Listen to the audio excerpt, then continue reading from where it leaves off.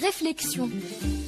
Un espace pour une bonne compréhension et une bonne mise en pratique des préceptes de l'islam. Réflexion, une émission hebdomadaire présentée par Kamel, Shekat, sur Ifriqiya FM.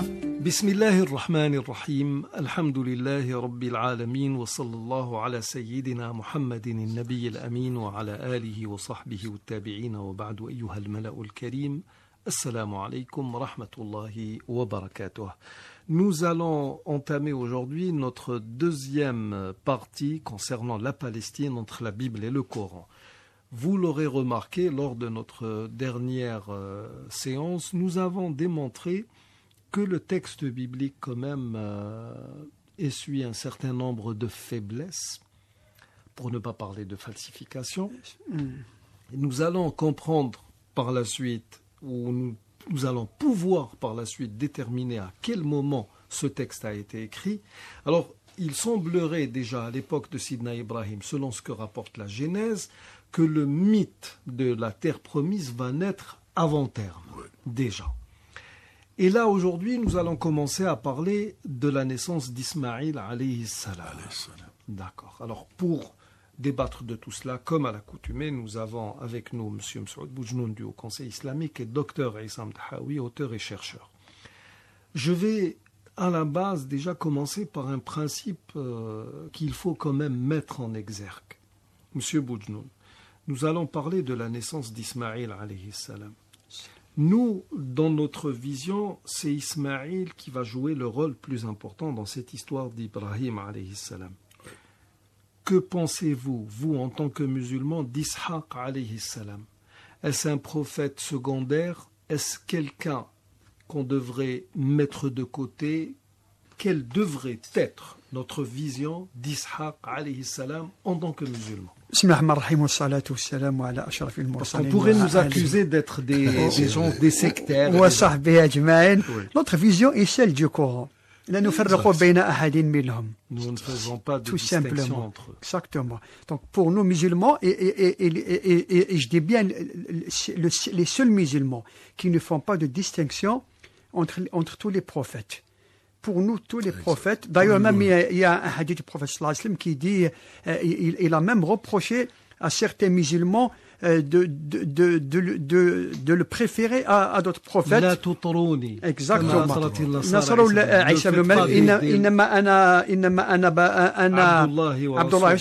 Et dans un autre hadith, donc je suis le fils d'une femme qui mangeait exactement, de la viande séchée. Et même il y a eu un problème entre un musulman et un juif concernant qui avait la préférence vis-à-vis de Dieu. Quel prophète? Le musulman disait que c'était Mohammed sallallahu alayhi wa sallam, le juif disait que c'était Moussa alayhi sallam, et le prophète sallallahu alayhi wa sallam s'est mis en colère, il a dit justement aux deux, il a dit, je ne sais pas, hadith sahih, je pense que Bukhari ou la fi Muslim, il leur a dit, لا تفضلونا يعني على الأنبياء الآخرين. Il a dit même le jour de la résurrection, je ne sais pas qui de Moïse ou de moi va ressusciter le premier. Exact. C'est dire qu'en islam, on ne fait pas de distinction et de différence entre tous les prophètes d'Allah. D'ailleurs, il ne faut pas oublier que Ishaq, c'était un grand prophète aussi. Oui. C'est le père de Jacob. D'une lignée de absolument, prophètes. D'une lignée d'illustres prophètes. Oui. Jacob, Joseph, alayhi salam, etc. Donc, jusqu'à Jésus. Exactement, jusqu'à Sidna Isa, alayhi salam. Donc, pour nous, justement, il n'y a pas de différence entre Ismaël et Ishaq. Ils sont les deux fils de Sidna Ibrahim, avec deux mères différentes, bien sûr. Oui. L'un avait comme mère Sarah, l'autre avait comme mère Hajar. L'un et les deux sont des sémites. L'un est le père d'une nation qui est la nation des juifs, je ne sais pas quoi, si on peut appeler des juifs, ou tels qu'ils se revendiquent, Oui. et l'autre est l'ancêtre des Arabes, et éventuellement des musulmans, bien sûr, qui sont devenus une très, très, très grande nation, jusqu'à présent. Presque la nation, la descendance d'Ishaq, malgré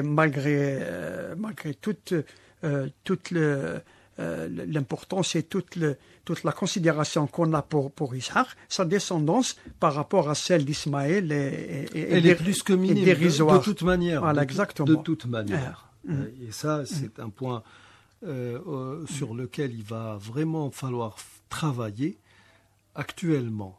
Tous ces sionistes qui se revendiquent du judaïsme ne sont même pas des Hébreux. Il n'y a aucun rapport sur le plan génétique. Bien sûr. Je vous parle sur la base d'un travail génétique qui a été fait par les Juifs. Des gens qui viennent de l'Europe de l'Est, ou je ne sais pas moi exactement, qui se revendiquent comme des sémites. Oui, c'est faux.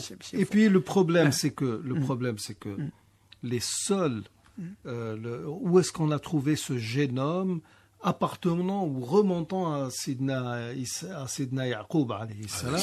On le retrouve chez les Palestiniens qui sont malmenés actuellement, parce que la majorité des Juifs sont devenus musulmans avec le temps. Les 12 tribus d'Israël se sont dissoutes dans l'islam. Et le problème est qu'actuellement, ces mêmes faussaires de l'histoire, ces sionistes, ont commencé à parler de la 13e tribu d'Israël. Depuis moins de 2 ans, on nous parle de la 13e tribu, une tribu oubliée. Sur quelle base?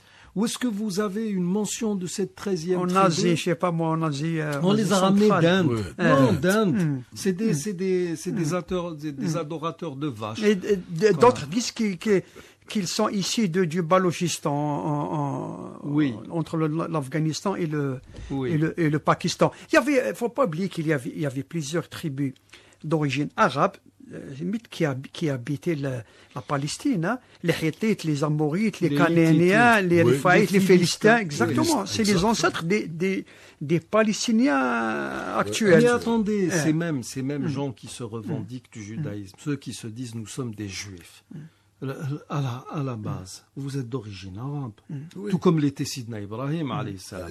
Parce que là, vous allez au Liban, par exemple, vous discutez avec un chrétien du Liban, il vous dira, alors nous les chrétiens, nous sommes des Phéniciens, et les Arabes, les autres, les musulmans sont d'origine arabe. Mais attends, les Phéniciens, ils viennent d'où? De la planète Mars. C'est des Arabes.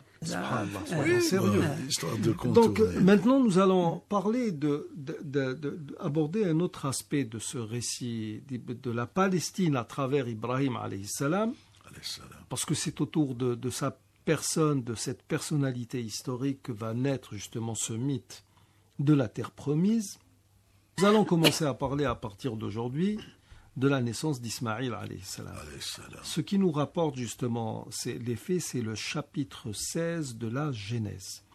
Il est dit au début de ce chapitre 16, Sarai, femme d'Abraham. Là c'est Sarai et Abraham, hein, c'est pas Sarah et Abraham, nous sommes avant l'épisode de l'Alliance. Sarai, femme d'Abraham, ne lui avait point donné d'enfant. Elle avait une servante égyptienne nommée Agar.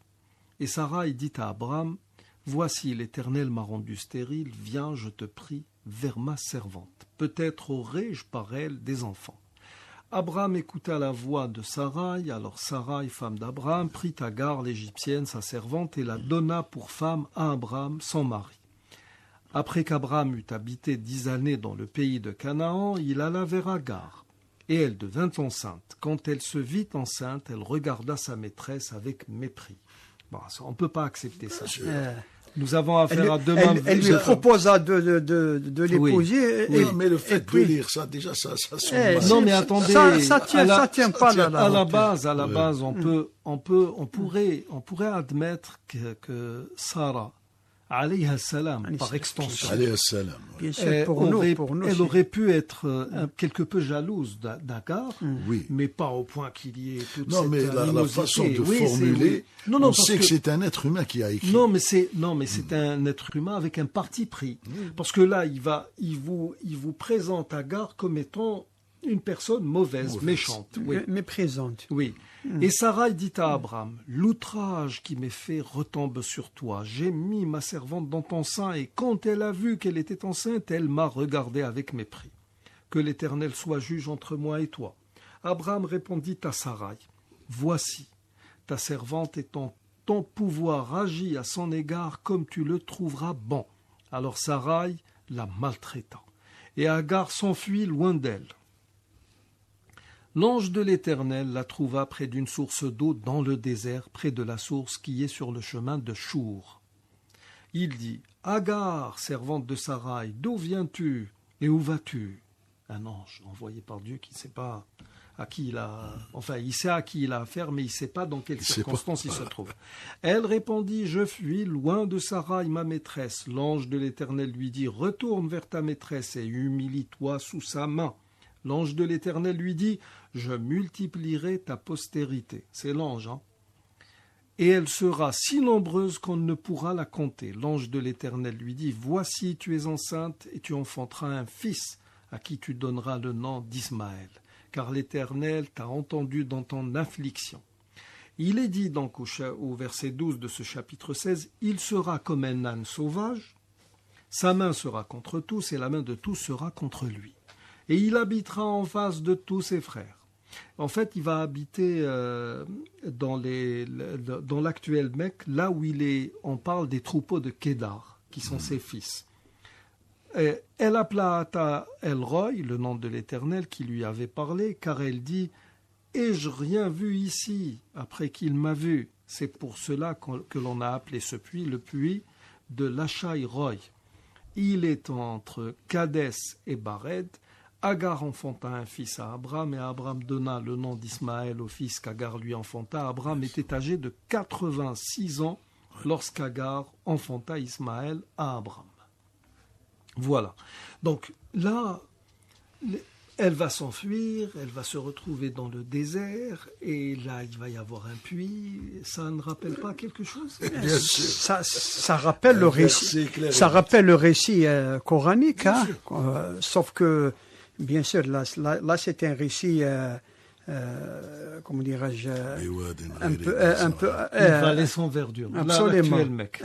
C'est la Mecque, c'est Bakka. La vallée de la Bakka. Alors Bakka, c'est ce qui est bien, c'est que la vallée des pleurs. Oui, non, attendez, en arabe on a dit le Wadi al-Buka. Mais attends, depuis quand on traduit même les noms propres? Depuis quand? Il n'y a pas de logique. Oui, il n'y a pas de logique. Ça touche à peu près le mur des lamentations. Oui, c'est non? arbitraire, c'est arbitraire. Alors bon, il va y avoir la naissance d'Ismaïl, donc selon la Bible, si je suis bien ce que nous venons de dire, le premier enfant de Sidna Ibrahim, c'est Ismaël, l'aîné, bien sûr. C'est lui l'aîné. Il l'a eu alors qu'il avait... il était âgé de 86 ans. Ensuite, il y a au chapitre là, et nous sommes au chapitre 16, nous nous sommes arrêtés au verset 16 du chapitre 16, et nous allons reprendre à partir du verset 16 du chapitre 17. Le chapitre 17 de la Genèse nous parle de l'épisode de l'Alliance. Okay. D'accord? C'est à ce moment-là qu'Abraham et Sarai deviennent Abraham et Sarah. Alors, il est dit, c'est Dieu normalement qui est supposé parler, je la bénirai et je te donnerai d'elle un fils, en parlant de Sarah. Je la bénirai et elle deviendra des nations, des rois de peuples sortiront d'elle. Abraham tomba sur sa face, donc il s'agit là de sujud, ce qui n'existe plus. Exactement. Nous trouvons la même chose chez Sidna Issa dans les évangiles. La prosternation est quelque chose qui a toujours existé. Absolument, chez tous les prophètes. Donc il rit et dit en son cœur, naîtrait-il un fils à un homme de 100 ans? Et Sarah, âgée de 90 ans, enfanterait-elle? Et Abraham dit à Dieu, oh, qu'Ismaël vive devant ta face. Dieu dit, certainement Sarah, ta femme, t'enfantera un fils, et tu l'appelleras du nom d'Isaac. J'établirai mon alliance avec lui comme une alliance perpétuelle pour sa postérité après lui. À l'égard d'Ismaël, je t'ai exaucé. Voici. Alors écoutez bien, je le bénirai, je le rendrai fécond, et je le multiplierai à l'infini. Il engendrera 12 princes, et je ferai de lui une grande nation. Ça veut dire, je ferai de lui une grande nation, normalement, ça veut dire qu'il aura la prophétie. Absolument. D'accord ? J'établirai mon alliance avec Isaac, que Sarah t'enfantera à cette époque-ci de l'année prochaine. Lorsqu'il eut achevé de lui parler, Dieu s'éleva au-dessus d'Abraham. Abraham prit Ismaël, son fils, tous ceux qui étaient nés dans sa maison et tous ceux qu'il avait acquis à prix d'argent, tous les mâles parmi les gens de la maison d'Abraham, et il les circoncis ce même jour, selon l'ordre que Dieu lui avait donné. Abraham était âgé de 99 ans lorsqu'il fut circoncis. Ismaël, son fils, était âgé de 13 ans lorsqu'il fut circoncis. Ce même jour, Abraham fut circoncis ainsi qu'Ismaël, son fils, et tous les gens de sa maison, nés dans sa maison, ou à qui a pris d'argent des étrangers, furent circoncis avec lui. Et c'est à ce moment-là, donc, alors qu'il avait 99 ans, et que son fils, son premier fils, Ismaël, avait 13 ans, qu'il va promettre à Sidna Ibrahim qu'il lui donnera un fils l'année prochaine. Ça veut dire que quand Isaac naîtra, Ismaël aura 14 ans. D'accord. Cet épisode de l'alliance ne vous rappelle-t-il pas quelque chose? Parce que dans le Coran aussi, à un moment donné, Dieu va promettre à Abraham, en guise de récompense, qu'il aura un fils. Mais ça s'est passé quand? Non, mais quand est-ce que ça s'est passé? Normalement, au moment où il allait immoler son fils Ismaël. Quand il a passé le test avec succès, donc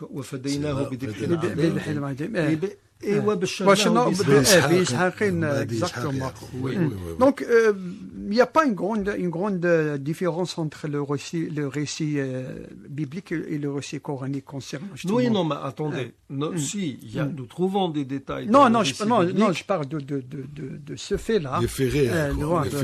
Concernant la naissance de. Non, au contraire, la Bible, elle va complètement détourner le récit. Ici, elle nous parle de l'alliance, elle nous parle de circoncision, elle nous dit qu'il va y avoir cette bonne annonce de la naissance d'Ishaq alayhi salam. Voilà, jusqu'ici, il y a une concordance entre les deux récits. Sauf que, attendez, quand vous dites concordance, nous sommes à un détail incroyable.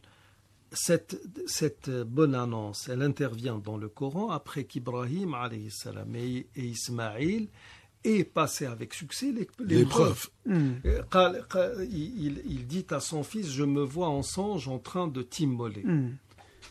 Donc, ce que je voulais dire, que le Coran a cette particularité qui n'entre pas dans les détails, beaucoup dans les détails. Non, mais attendez, c'est vrai. Parler d'une circoncision quand même. Écoutez, nous savons que le Coran va au fond des choses. Nous savons que dans la tradition islamique, que Ibrahim alayhi salam a été exactement, à cette circoncision. Exactement. Sauf que, quand est-ce qu'il va y avoir l'annonce de la naissance d'Isaac? Exactement. Sidna Ibrahim va avoir une vision. Il va dire à son fils, mon fils, je me vois en songe en train de t'immoler. Ni à Arafil Manamia, ni à dans Sourate Safat. Qu'est-ce que va dire le fils? Donc les deux vont se soumettre à l'ordre de Dieu. L'épreuve. D'accord. Il va l'emmener pour l'égorger. Un fils qu'il a attendu toute une vie. Vous imaginez, donc, déjà, c'est une au moment où il l'a eu, il a reçu l'ordre de l'emmener vers cette vallée sans verdure. D'accord? Et là, dans la tradition musulmane, qui nous explicite le Coran et nous le détaille, il est dit que Hajar, alayhi salam, va lui dire, as-tu fait cela? de ton propre chef. Ou sur ordre de Dieu. Il dit c'est un ordre de Dieu. Elle a dit donc Dieu ne nous oubliera jamais ou ne nous délaissera jamais. D'accord? Il va y avoir le puits de Zamzam, etc. La tribu de Jurhum passera par là et Ismaïl naîtra entre des Arabes. Et c'est comme ça qu'il apprend l'arabe. Voilà. Très bien. Il était tireur d'arc, etc. Exact. Ce que la Bible nous cite. Et donc, la Bible nous dit que non, elle a fui Sarai parce qu'elle a été maltraitée. Bon, on peut pas, nous musulmans, nous ne pouvons pas voir en la personne de Sarah, alayhi salam, une femme qui va jusqu'au point de maltraiter. Non, quand même, c'est la femme d'un prophète. Hein. Oui, en plus, c'est-à-dire sur le plan culturel, avant, les servantes, elles n'avaient pas le choix de quitter un foyer et tout. Oui, comment est-elle pu... Il y a quelque chose d'illogique. Oui, ensuite, la Bible va nous parler de cette annonce de la naissance, elle va nous parler donc de la naissance d'Ismaïl et l'annonce de la naissance d'Isaac. Et c'est suite à une alliance, à un fait mineur, la circoncision, etc. Alors que dans le Coran, cette annonce, elle va intervenir à un moment où Ibrahim va vraiment très important, va se soumettre à l'ordre de Dieu. Il méritera une grande épreuve. D'accord. Ensuite, le Coran est d'accord avec la Bible sur le fait que quand on est venu annoncer à Ibrahim que voilà, tu vas avoir ce fils très bientôt, c'était des anges qui étaient venus. Exact. Oui. Ces anges, pourquoi sont-ils venus? Ils étaient sur le chemin vers l'autre. Vers le peuple de Lot, pour les châtier. Alors, là, nous allons lire une partie du chapitre. Et Sarah était debout, justement. Elle était très étonnée en entendant qu'elle allait avoir un enfant à son âge. Stérile et âgé. Abraham était très âgé aussi. Alors, le chapitre 18 de la Bible nous dit, il leva les yeux et regarda, et voici 3 hommes étaient debout près de lui. On nous parle d'Ibrahim alayhi salam. Quand il les vit, il courut au-devant eux depuis l'entrée de sa tente et se prosterna en terre. Bon, la prosternation ici, c'est beaucoup plus une forme de salut. Mais bon, pas en terre, et apparemment, il les a salués. La bonne nouvelle va arriver au verset 10 de ce chapitre 18. L'un d'entre eux dit, « Je reviendrai vers toi à cette même époque, et voici Sarah, ta femme, aura un fils. » Sarah écoutait à l'entrée de la tente, qui était derrière lui. Abraham et Sarah étaient vieux, avancés en âge, et Sarah ne pouvait plus espérer avoir des enfants. Et elle rit en elle-même. Et même le Coran rapporte qu'elle est en disant « Maintenant, je suis vieille, aurais-je encore des désirs ? Mon Seigneur aussi est vieux », en parlant de... Les anges donc font ensuite part à Abraham du châtiment proche des habitants de Sodome et Gomorrhe. Dans le Coran, dans ce récit, nous avons Sidna Ibrahim qui va essayer de négocier pour ces gens de Sodome. Sodome et Gomorrhe. Il va essayer d'intercéder. Pourquoi? Parce que c'est un prophète. Oui. Ici, non, ici... Bon, Ibrahim la awwab. Oui. Et donc, au chapitre 21, au premier verset, il est dit « L'Éternel se souvint de ce qu'il avait dit à Sarah, et l'Éternel accomplit pour Sarah ce qu'il avait promis. Sarah devint enceinte, et elle enfanta un fils à Abraham dans sa vieillesse au temps fixé dont Dieu lui avait parlé. Abraham donna le nom d'Isaac au fils qui lui était né, que Sarah lui avait enfanté. » Là, ce chapitre 21 va revenir sur Agar, Hajar et Ismaël. Et là, ça devient bizarre. Parce que voilà ce que nous dit ce chapitre 21 à partir du verset 9. Sarah vit rire le fils d'Agar. Ça veut dire que Ismaël a grandi dans cette famille d'Ibrahim, l'égyptienne. Donc Sarah vit rire le fils d'Agar, l'égyptienne, qu'Agar, l'égyptienne, avait enfanté à Abraham. Et elle dit à Abraham, chasse cette servante et son fils, car le fils de cette servante n'héritera pas avec mon fils, avec Isaac. C'est un grand problème. Cette parole des plus forts aux yeux d'Abraham à cause de son fils, mais Dieu dit à Abraham que cela ne déplaise pas à tes yeux à cause de l'enfant de ta servante. Accorde à Sarah tout ce qu'elle te demandera, car c'est d'Isaac que sortira une postérité qui te sera propre. Je ferai aussi une nation du fils de ta servante, car il est ta postérité. Mais bon, La discrimination. c'est de la discrimination raciale. clair. Absolument. D'accord. Clair. Abraham se leva de bon matin, il prit du pain et une outre d'eau qu'il donna à Agar et plaça sur son épaule. Il lui remit aussi l'enfant et la renvoya. Elle s'en alla et s'égara dans le désert de Bir-Sheba. Subhanallah. Tout à l'heure, elle s'est enfuie, elle s'est retrouvée dans le désert de Chour. Exact. Là, maintenant, elle va se retrouver Beersheba. dans le Beersheba. Beersheba, oui. Quand l'eau de l'outre fut épuisée, elle laissa l'enfant sous un des arbrisseaux. Un prophète qui chasse son D'accord. épouse avec un bébé. Attendez. Vous Non, imaginez. Non, attendez. Hein. Non. Le chapitre nous dit que Sarah, alayhi salam, a vu l'enfant grandir et elle l'a entendu rire. Donc, Elle ne voulait pas. donc il est devenu un adolescent, quoi. Non, mais Hein. il était toujours enfant. Non, attendez. Au début, il a reçu la circoncision. Son père avait 99 ans, lui Et avait 13 ans. Ouais. Il y a eu cette promesse qu'Ibrahim allait avoir un L'année second prochaine. enfant Donc à l'année 14 prochaine. Donc, normalement, au moment de la naissance d'Isaac, Lui, il Ismaël devait avait avoir 14 ans. Ouais. Ensuite, au chapitre 21, au tout début du chapitre, nous avons la jalousie nous avons la jalousie de Sarah qui entre en jeu parce qu'elle vit l'enfant de la servante rire, etc. Elle ne voulait pas que cet enfant grandisse avec Sarah vit rire le fils qu'Agar l'Égyptienne. Et hérite avec Oui, son... c'est le chapitre 21 plutôt. D'accord? Et donc, elle va la chasser. Elle ira à Beersheba. Et donc, elle avait une outre d'eau. Et cette outre va s'épuiser. Elle laissa l'enfant sous un des arbrisseaux. Vous imaginez, il avait 13 ans, elle va le mettre sous un des arbrisseaux du désert. Hein. 14 ans. Attendez. Et alla s'asseoir vis-à-vis à une portée d'arc, car elle disait que je ne vois pas mourir mon enfant. Elle s'assit donc vis-à-vis de lui, éleva la voix et pleura. Dieu entendit la voix de l'enfant. Et l'ange de Dieu appela du ciel Agar et lui dit « Qu'as-tu, Agar? Ne crains point, car Dieu a entendu la voix de l'enfant dans le lieu où il est. Lève-toi, prends l'enfant, saisis-le de ta main. » Il a 13 ans. Il a 14 ans normalement. 14 ans. Elle va le saisir. 14 ans, c'est un adolescent. Car je ferai de lui une grande nation. Et Dieu lui ouvrit les yeux et elle vit un puits d'eau. Surtout à l'époque. À l'époque, 14 ans, un garçon, c'est... Oui, c'est mieux développé que... Absolument, que un ceux adulte, d'aujourd'hui. hein, c'est un homme. Donc, donc il y a le fameux puits. Oui. C'est normalement aussi Zamzam. Zamzam. Donc, il y a 2 Zamzam dans la Bible. Elle alla remplir d'eau l'outre et donna à boire à l'enfant. Dieu fut avec l'enfant qui grandit.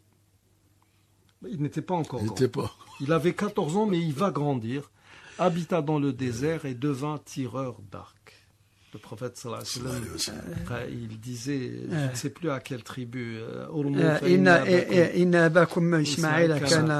alors, Beersheba est une ville paisible entre la mer Morte et la mer Méditerranée. Charan est en Mésopotamie ou Chaldée, terre étrangère à environ 400 km de Beersheba. Il y a un problème ici. Il y a des contradictions flagrantes. 14 ans, sous un arbrisseau, l'enfant, il pleurait, il n'y avait pas d'eau, il ne parle pas. Elle le saisit de sa main D'une comme main. ça, oui, elle le prend. C'est ça c'est tient un pas retour, debout. c'est un retour. Ouais.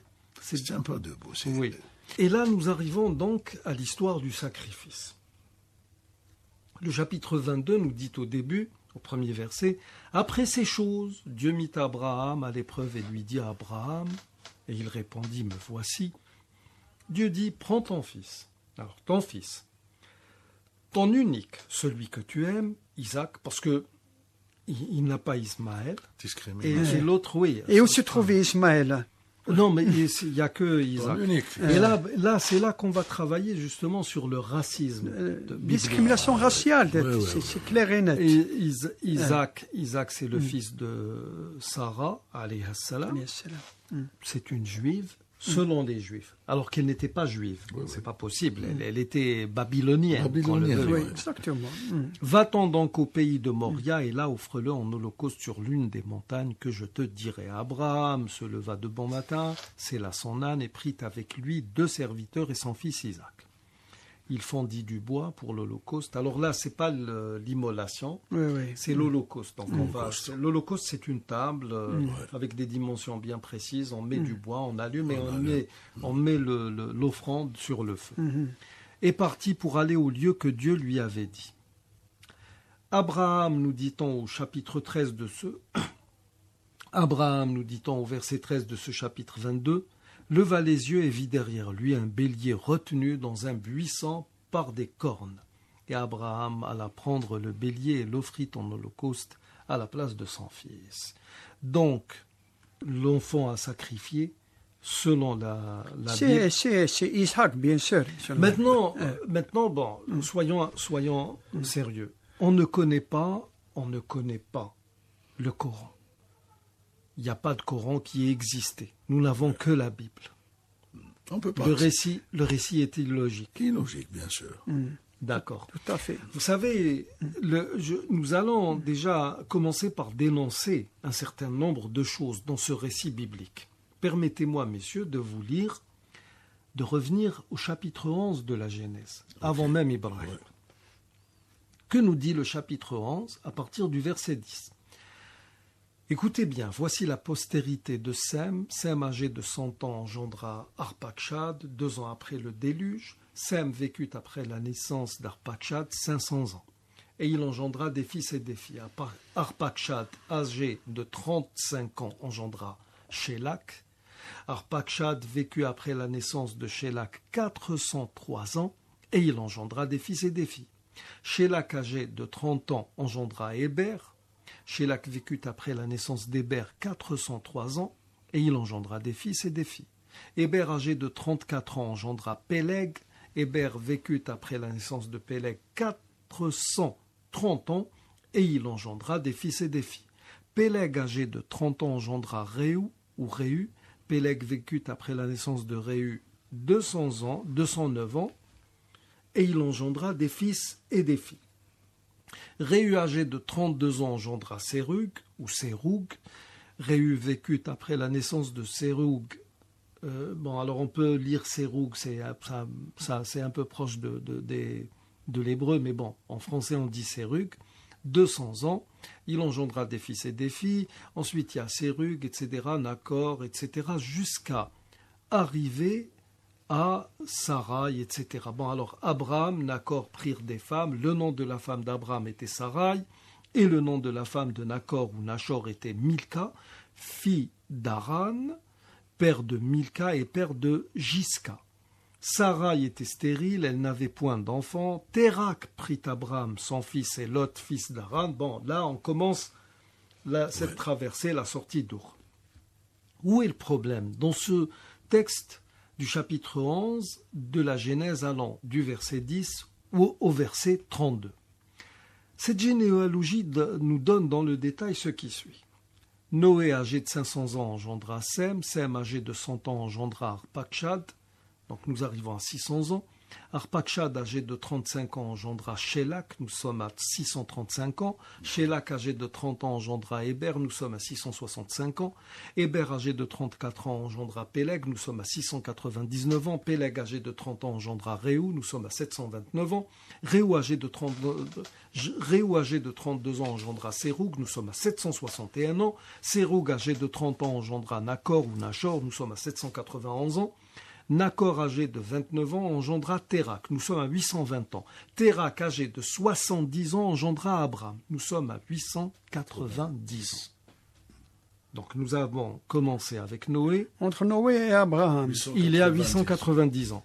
Conformément à cette généalogie avancée par la Bible et partant du principe que Noé alayhi salam a vécu 950 ans, Abraham est censé être venu au monde alors que Noé avait 890 ans. Ce qui veut dire que Noé et Abraham ont vécu ensemble ont Ensemble, été là. contemporains pendant 60 ans.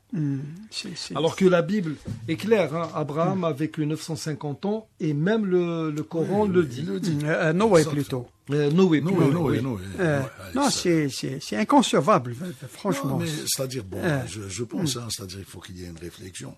C'est vrai que nous ne sommes pas... cette religion, on n'y croit pas. Mais ce qu'il y a, c'est-à-dire on trouve qu'il y a des failles. Comme ils ont l'habitude de falsifier les faits historiques, on les invite à revoir tout ça et essayer de corriger, non? Peut-être qu'ils vont trouver une nouvelle solution. Corriger quoi? Corriger la Bible maintenant? Oui, parce qu'ils ont l'habitude de... Donc de là, falsifier. là, nous allons revenir, parce que là, franchement, ça Ça devient tient pas flagrant, debout. Ouais. et nous allons devoir revenir à l'essentiel. Alors la Bible situe les événements que nous venons de citer vers 2000 à 1800 ans avant Jésus-Christ, ce que l'archéologie nomme le bronze moyen. Or, dans un livre qui s'intitule « La Bible dévoilée ou déterrée », que nous avons cité, le livre est sorti en 2002, coécrit par Israël Finkelstein, chercheur à l'Institut d'archéologie de Tel Aviv,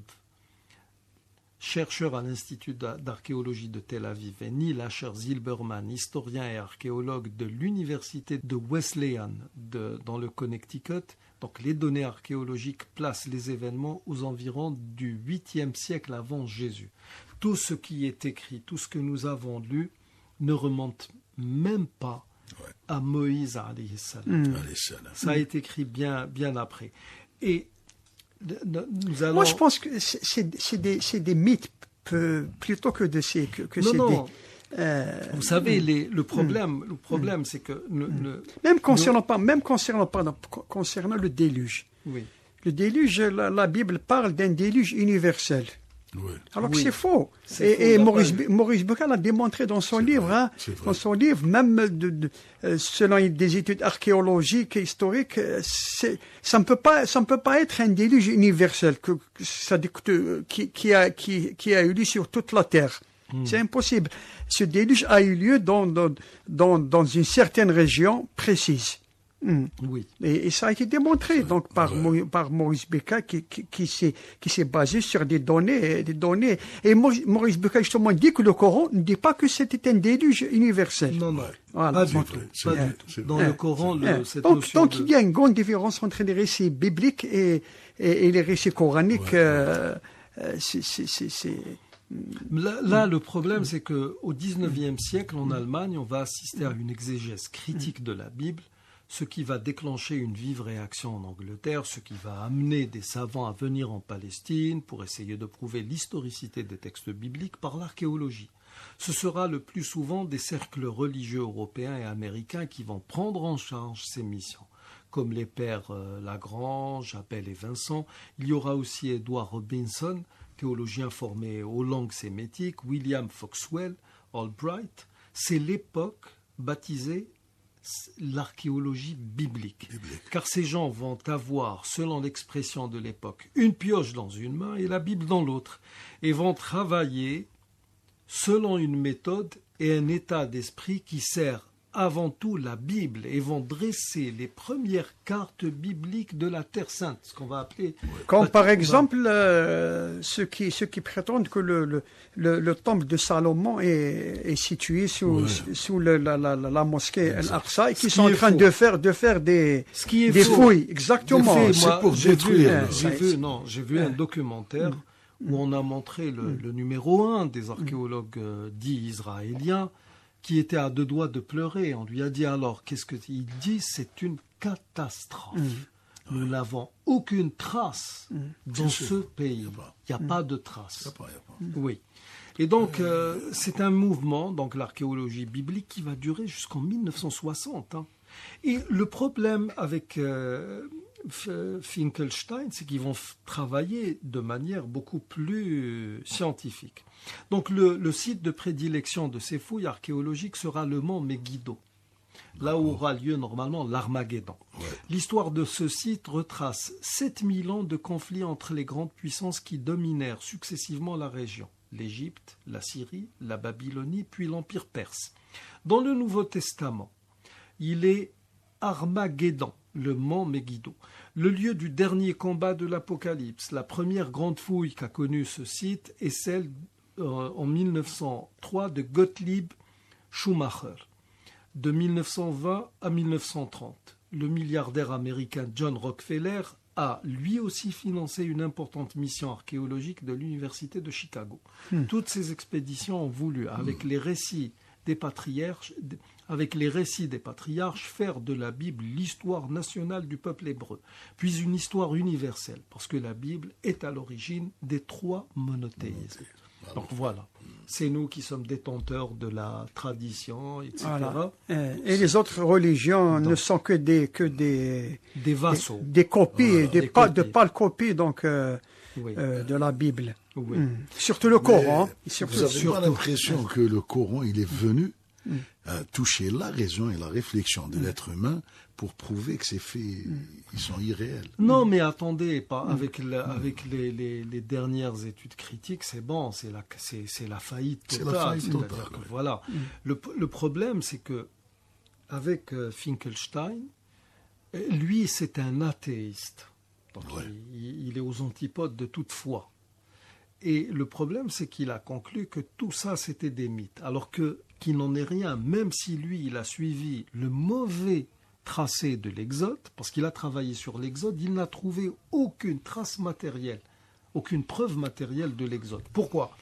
Parce qu'il n'a pas suivi le bon tracé, C'est celui qui est indiqué par les biblistes. Il aurait dû aller vers Jabal al-Lawz, et là, on retrouve même jusqu'à présent les traces de la mer qui s'est fendue en deux. Oui. Et eux, ils ne trouvent pas ça, parce qu'on a même retrouvé des vestiges, des preuves matérielles du passage des gens de Pharaon, leurs chars, etc., des roues, là où Pharaon a été englouti. Et puis Pharaon et le cadavre de La la dépouille dépouille de de Pharaon Pharaon, a la été a été examiné par Maurice Bucaille. exactement, Ouais. qui lui a même consacré un livre. Hein. Oui, Faut pas l'oublier. Moïse et Pharaon. Oui, exactement. Oui. Et donc voilà, ne trouvez-vous pas que les musulmans devraient se pencher sur ce type d'études et de sujets ? Oui, bien sûr. Bon, il y a eu, il faut pas l'oublier, il y a eu déjà des études en ce sens. D'ailleurs, même moi-même, j'ai traduit dernièrement un livre d'un savant irakien. J'ai oublié le nom, franchement. Kelbi.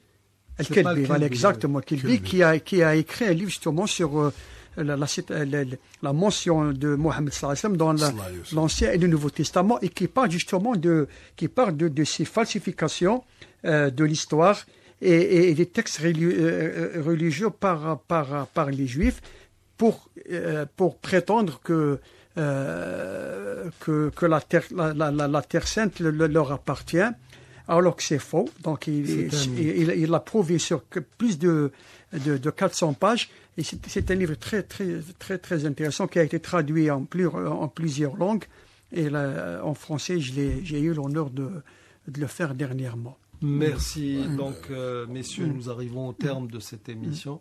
Nous espérons vous avoir donné, amis auditeurs, autant musulmans que chrétiens, matière à réfléchir sur tous ces sujets qui ont trait à la religion. En tout cas, si les religions sont fortement malmenées par les athéistes, c'est en raison justement de la fausseté de certains textes essentiellement bibliques, parce que le Coran, walillahi alhamd, est vraiment au-dessus de tout cela. Nous arrivons donc au terme de cette émission. Merci de nous avoir prêté attention. Assalamu alaikum wa rahmatullahi wa barakatuh.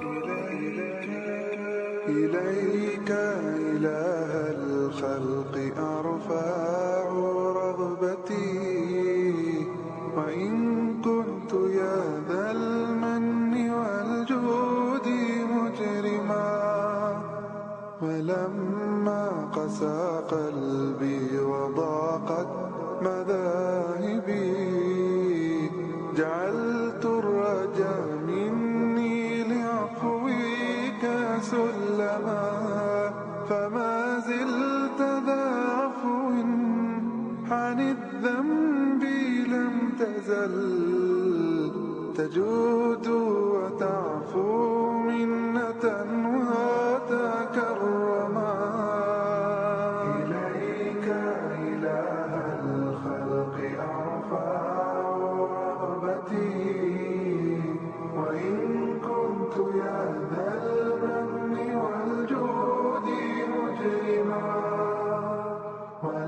ولما قسى قلبي وضاقت مذاهبي جعلت الرجاء مني لعفوك سلما فما زلت ذا عفو عن الذنب لم تزل تجود وتعفو منة وتكرما ألست الذي غذيتني وهديتني ولا زلت منانا علي ومنعما عسى من له الإحسان يغفر زلتي ويستور أوزاري وما قد تقدما فإن تعف عني تعف عن متمرد ظلوم غشوم لا يزايل ماثما وإن تنتقم مني فلست بآيس ولو أدخلوا نفسي بجرم جهنما إليك إله الخلق أرفع رغبتي وإن كنت يا ذا المن والجود مجرما ولما قسى قلبي وضاقت مذاهبي جعلت الرجاء مني لعفوك سلما فما زلت ذا عفو عن الذنب لم تزل تجود وتعفو منة وتكرما فصيحا إذا ما كان في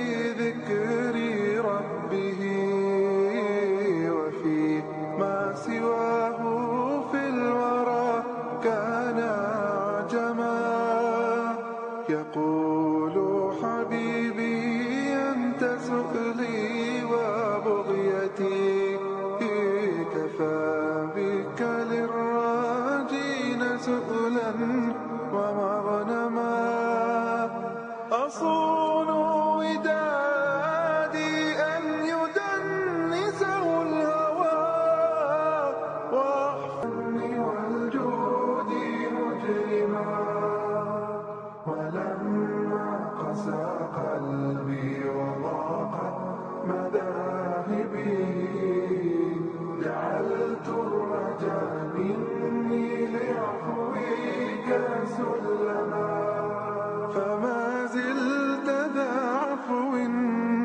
عن الذنب لم تزل تجود وتعفو منة وتكرما ألست الذي غذيتني وهديتني